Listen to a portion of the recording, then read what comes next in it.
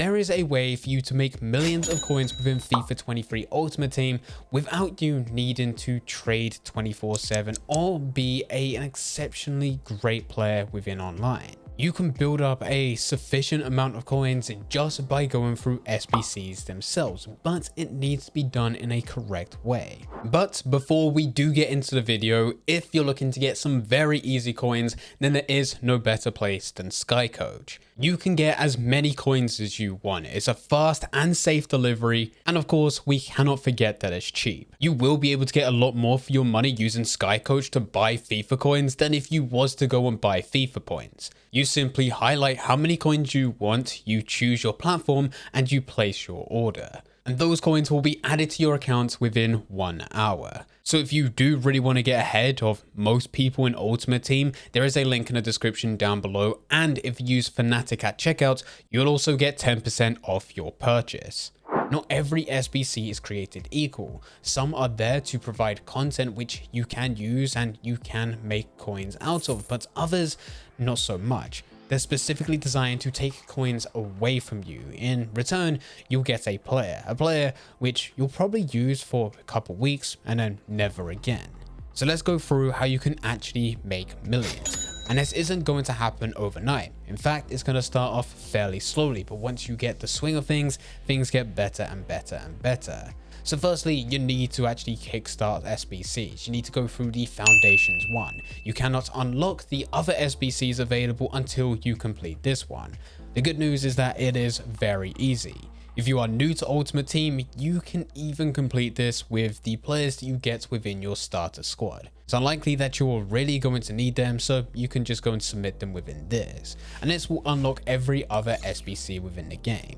If you really want to, you can take it a step further to go and complete the other Foundation SBCs, although it's not going to give you crazy good rewards. They're pretty basic. But they are available all year round, and it makes sense for you to do it at that early stage rather than waiting for the end of the year. With SBCs unlocked, your next goal is to complete the advanced SBCs. This is the Hybrid Leagues, Hybrid Nations, and League and Nation Hybrids. Now, completion tutorials are already available on this channel, but I should say that they were available the second this game was released, and there may even be a better option as of right now. You will be able to go through those videos and you will be able to complete them for a fraction of the price of what I was able to, but you could also just go over to Footbin, select the SBCs, and there you'll see what other people have already submitted, and you can also compare the price. It may be considerably cheaper. Now with this, it's slightly different. The advanced SBCs are not what they used to be. They are no longer giving you tradable rewards. They're untradeable.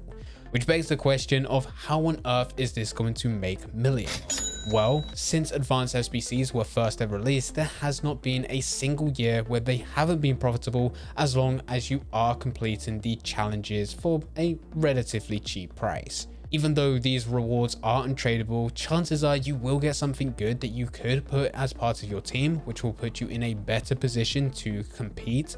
Or you're going to get a lot of fodder which will be used to complete more SBCs, which will hopefully give you more coins or even better players. And this also branches over to the first method that I recommend you using whilst going through SBCs. Now I said at the beginning that you don't need to be trading 24/7, but it's still a good idea to trade. With these Hybrid Leagues, Hybrid Nations, and League and Nation Hybrid challenges, chances are you will come across players which happen to be very good trading deals. You will be able to use the stipend filter or a bulk bid and trading method to bid on multiple all at the exact same time. You'll store one of them to your club, which will be used for the SBC itself, but everything else that you get, you'll just keep on using within a transfer market to constantly sell. That way you're getting a player which hopefully if you're bidding using a bulk bidding method, you're getting them below market value. That completes the challenge cheaper. And with every other player that you're selling, you're going to be making more than enough of those coins back. In a lot of cases, you can apply this to every type of SBC that you're going through where you trade with players that you are going to use, and most of the time you'll probably make a profit before you even submit the SBC itself.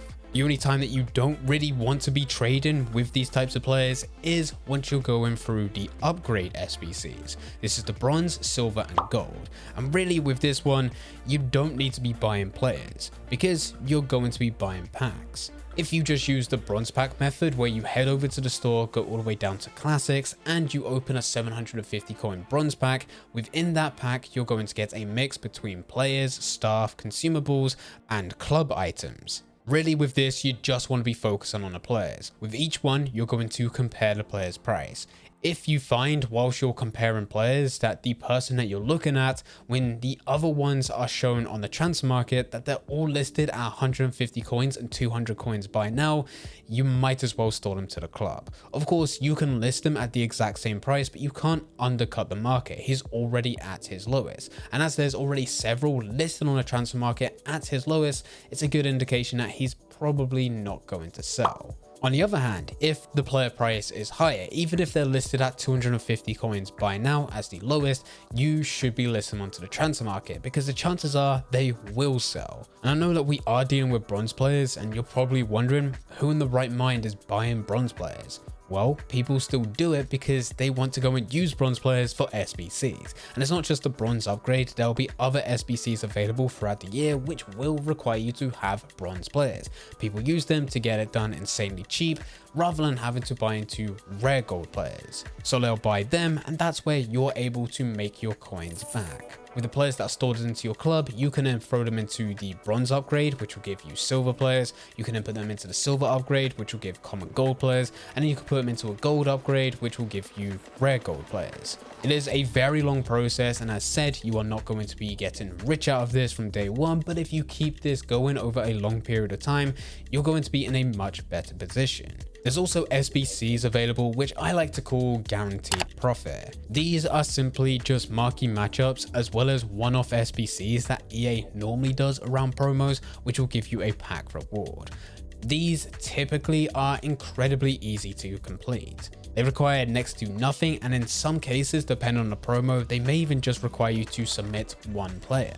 But the good news with these is because it is so easy that even if you did go out and just buy every single one of the players that were needed, you will probably still make those coins back with a bit of profit on top. Marquee matchups are not what they used to be. There used to be a lot of hype for them when they were first ever released. But now, because they've been overdone for the last couple of years, not that many people get excited for them, and some even forget to do them. But as long as you do them on a weekly basis and you make sure that you are trying to keep it as cheap as possible, you will always be able to make profit from them. It may be a couple thousand coins every week, but this soon adds up, especially if you do get lucky and get something good from these rewards. The other challenges to look out for are your swaps. Now, your swaps come down into different types of promos. It won't just be one, and likely, even though we've had several this year, there will be a lot more.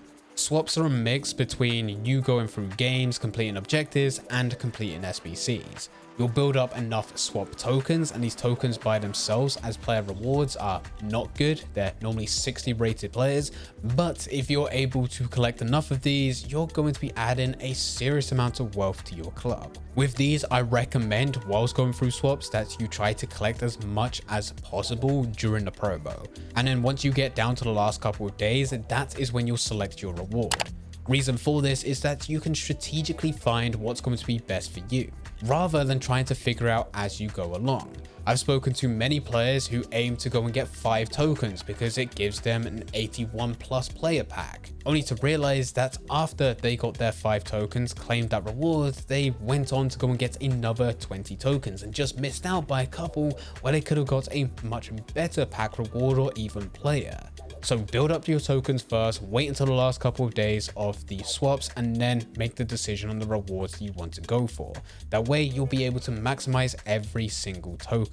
And these are some of the SBCs that you should be looking out for, but there's also some that you should avoid. Typically the SBCs that gift players, most of the time you want to avoid them. I understand what it's like. Occasionally a player gets released and they look phenomenal. You're looking at the card and you think, wow, they're going to fit into my team and I'm probably going to use them for a very long time. Only for you to put up hundreds of thousands, potentially millions of coins, and realize that a few weeks after they've been completed, EA releases another promo of the exact same player, but this time they're slightly cheaper and they're higher rated. It's happened time and time again. Most of the time, player SBCs are not really worth it. I only recommend going for them if you know 100% that you're going to be using them for a long time. It doesn't need to be the full year, but as long as you're able to start to claim back a few of those coins through games, as well as claiming rewards, then it puts you in a better position, as well as if it has sentimental value. Maybe the player is playing for the club that you support. Other than that, most of the time it's a complete waste. Weirdly enough though, there's actually some players in here which you may think are a complete waste, which actually aren't. These are loan players. And I know what you're thinking, what the hell are you on about? Why the hell would I go for a loan player for 10, 15, 20 games when I could just go and buy the real thing? And you just said that the real thing was a complete waste. Well, because loan players are very cheap, because of course they're loans. You don't actually own them. But as long as you're able to get loan players and use them within game modes such as FUT moments or even FUT friendlies, they do not count contracts. This means that you're able to get some exceptionally high rated players, including icons, and depending on the promo, you may even get something better than that.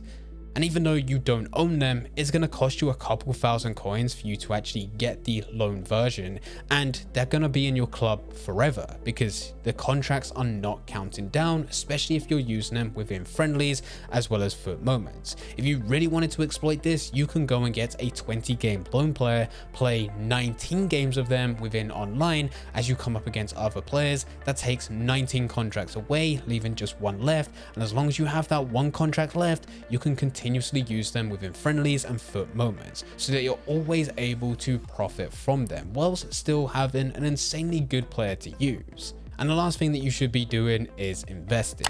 Now, this doesn't need to be anything complicated. If you are connected to FIFA communities where they share the latest leaks, and they will tell you exactly what players are coming as part of challenges, and you know exactly what players to buy into, that's great. But if you're not up to date with FIFA like what I am, and you're not doing this on a weekly basis, you could just buy into any type of SBC fodder when it's at its cheapest, or you could just go and get some team of the week players when they're released as part of that team of the week. As long as you do this on a consistent basis, you will always be able to make coins.